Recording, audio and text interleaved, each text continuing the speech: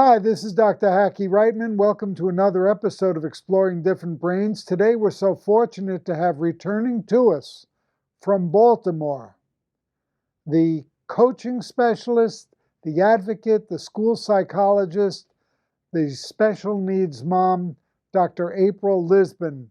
April, welcome back to Different Brains. Thank you so much for having me again, Dr. Hackey. It's a pleasure.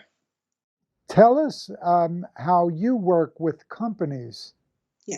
So one of the things that I have started doing, as you described, is that of really connecting with organizations to see what types of programs and services they're actually offering to clients. So I have been connecting with a lot of HR specialists to identify what does your conversational levels look like when you are hiring neurodiverse learners. And as I tell people, I think the programs that are out are phenomenal because it is opening up some doorways for individuals with different brains as you described. But sometimes the language that is utilized in the traditional companies don't work for our particular population. And so some things that I have done has been that of providing scripted language to help leaders understand when speaking with someone with autism, this is what you want to say. So for example, one of the examples that I was talking to an HR representative about was that they had a summer program for a group of autistic individuals. And so they provided them with an opportunity that they were supposed to do for the entire summer. Well, they didn't clarify for that particular population that, the task that we are asking you to do is throughout the entire summer. So one of the individuals thought that it meant that they needed to get the job done right then and there. And so the person, was basically working intensely on this opportunity for a full 4 days. And when he came back to the office, they noticed that his hygiene had declined. And I was like, well, what do you mean that his hygiene had declined? And they basically indicated, that he was looking scruffy. He wasn't smelling very well. And it was because they did not explain to him using the correct language that this project that we have assigned you to is from May to July. He thought that he was required to get it done then and there. And so what we did was for this particular organization was to talk about being clear in our message. If it is from May to June or May to July, you need to ensure that you tell that person task 1 is due by May 25th. Task 2 is due by June 12th. Some people may think that's laborious, but when you are a Black or white thinker and there's no gray in between, you have to be very clear in your message. And so that's one of the projects that I have been doing because once again, we have to realize with differently wired brains that the one size fits all mentality just doesn't work. Another thing that I have been doing, and this is something that came out of a conversation with actually an autistic adult that I've been working with, is that, creating the bottom line. What does that look like within an organization as far as retention of autistic individuals? And one of the things that I really learned that I didn't even think about because I'm coming from an education background is that of creating community, even within our companies.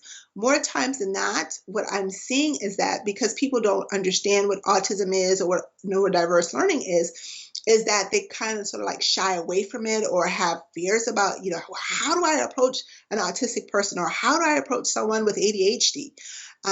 But once again, just creating that sense of community can make all the difference in ensuring that, your neurodiverse employee, it's still producing. And it all comes back to the bottom line. If you show them that they are a part of your community, they're not going to produce for you, but they have to feel like they belong. They have to feel like their superpower, because I hate the word diagnosis, even though I know, people want to call it a diagnosis, but they have to believe that their superpower is embraced within the organization, it's accepted, and more importantly, it's appreciated in the organization.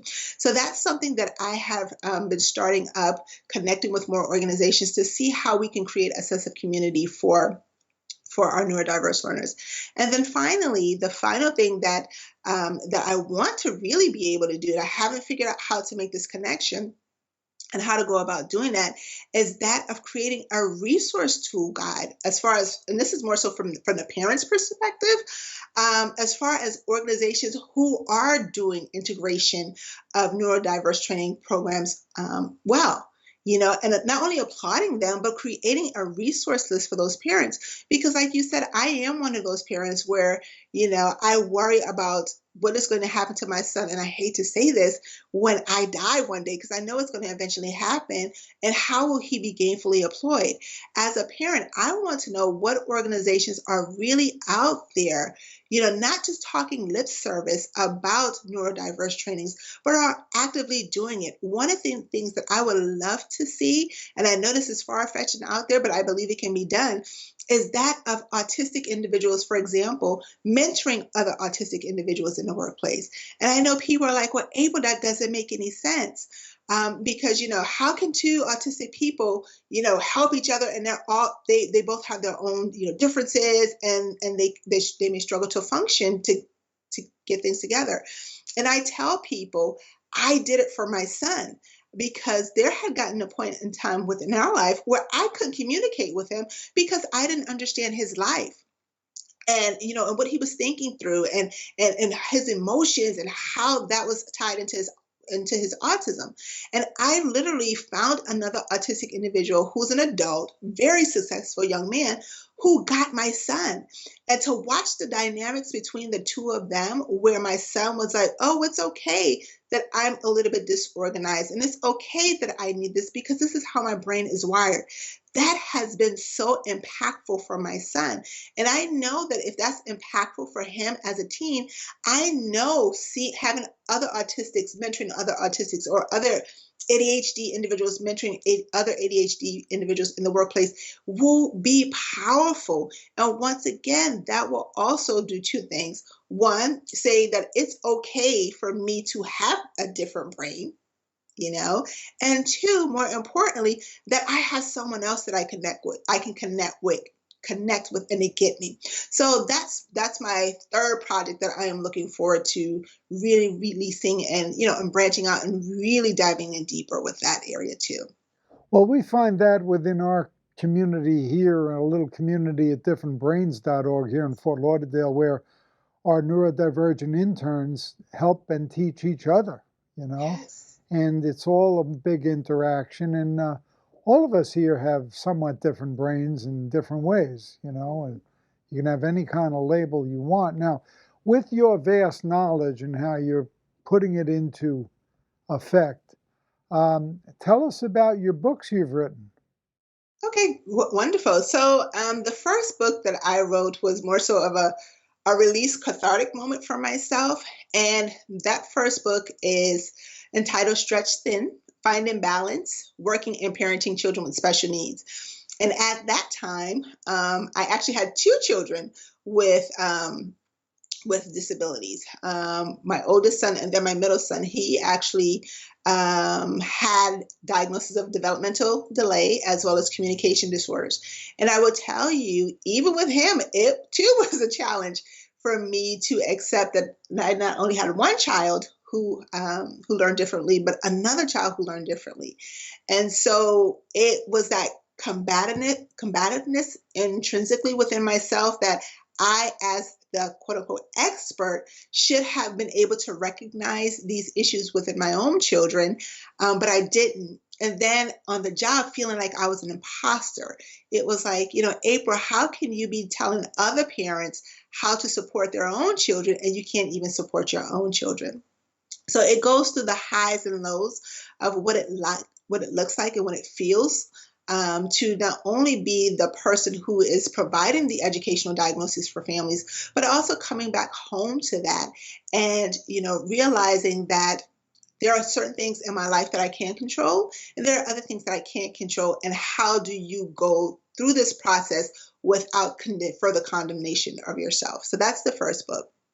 The second book is Autism in April, A Mother's Journey During the Tween Years. And that's one of those processes where we are talking about hormones, girlfriends, making the transition from elementary school to middle school, his fears, my fears about just life, and how do you move through this journey, this transition of this is no longer my baby, but this is a child who's growing up to be a young man. And how do we communicate with each other?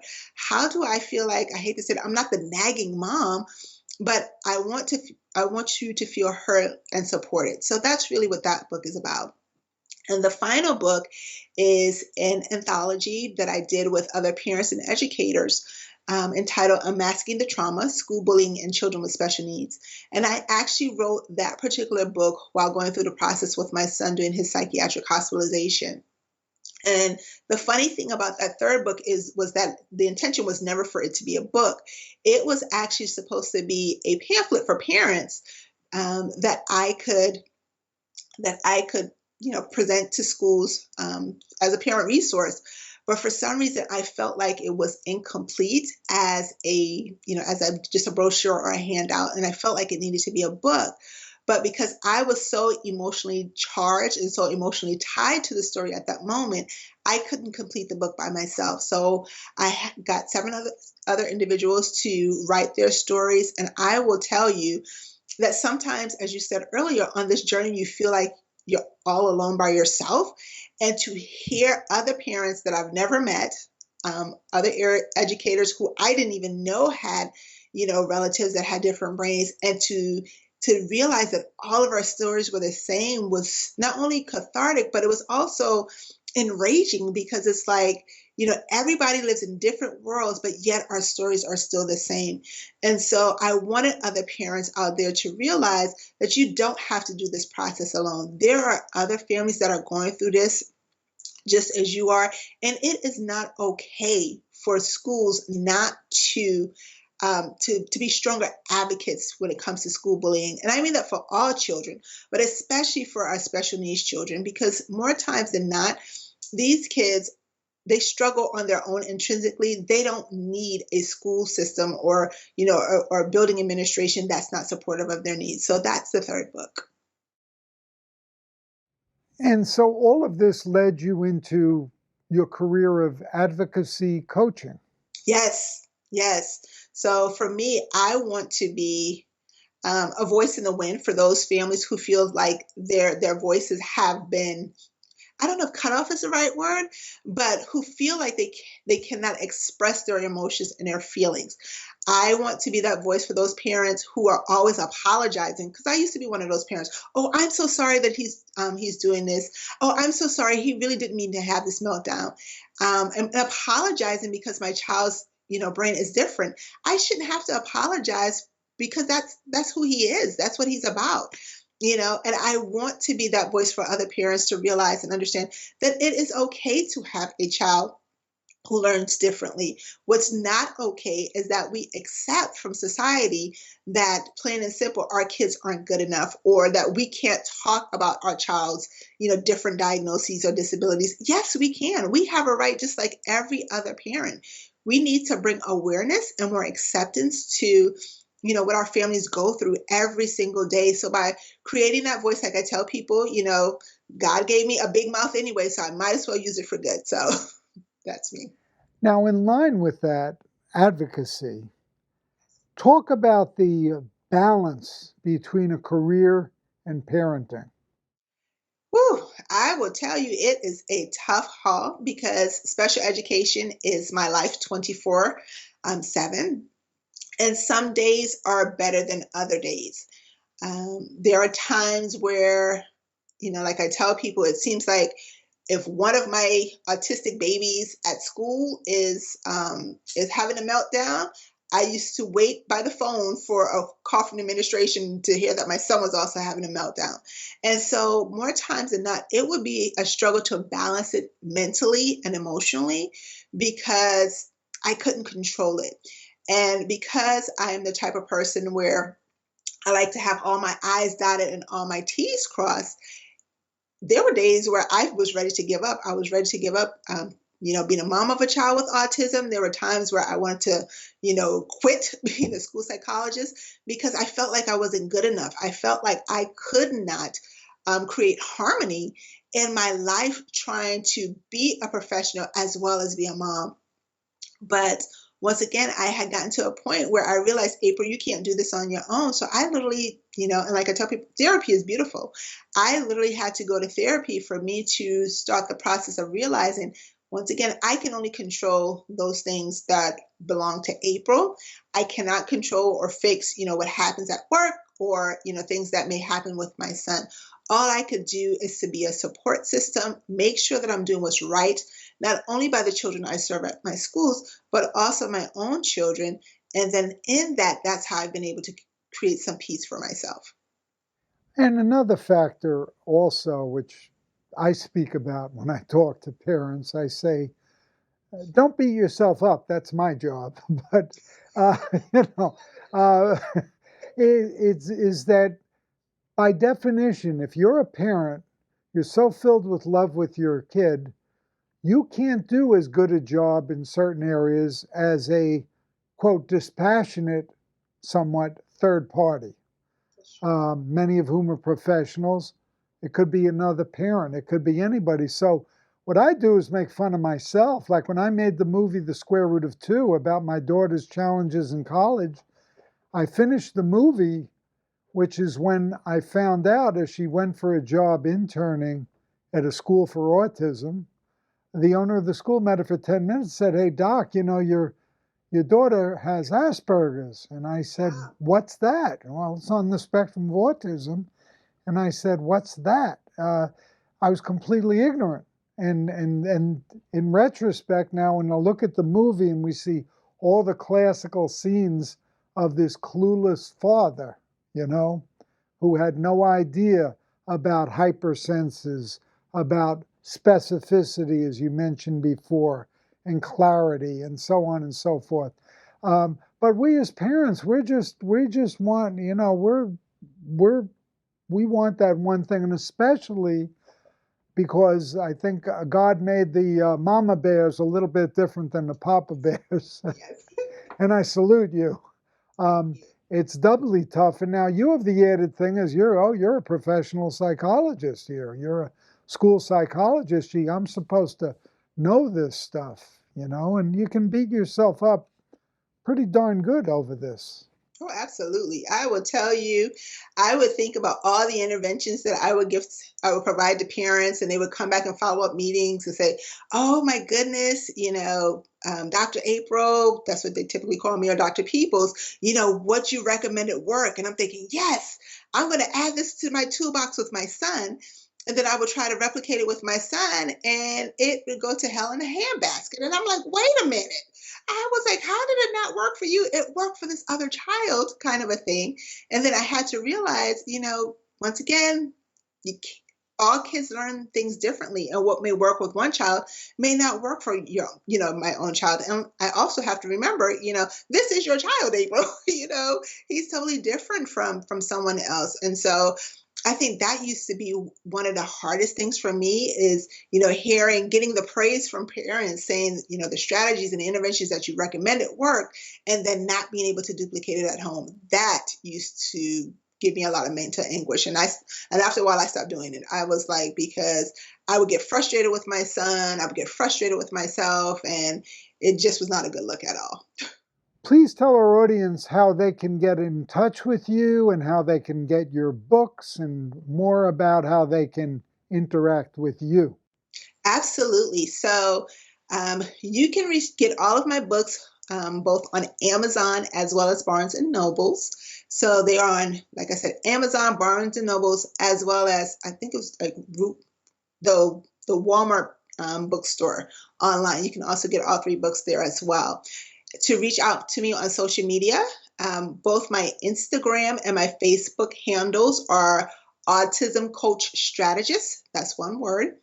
And then you can also reach out to me on LinkedIn, and my LinkedIn handle is Ask Doc April. That's AskDocApril.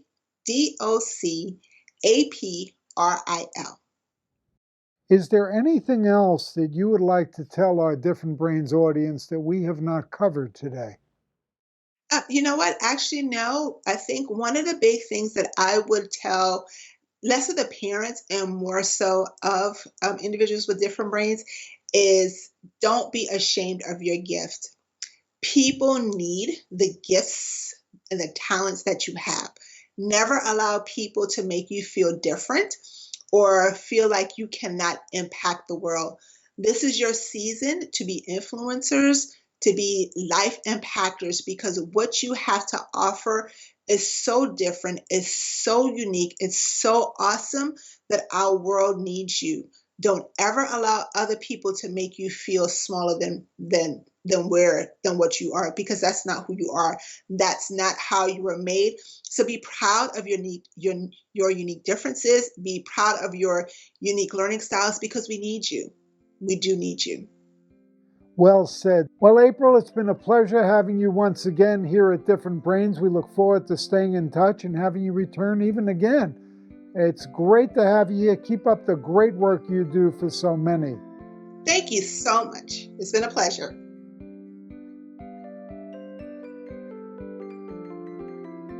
Exploring Different Brains is a production of Different Brains, Inc. For more information, visit us at differentbrains.org.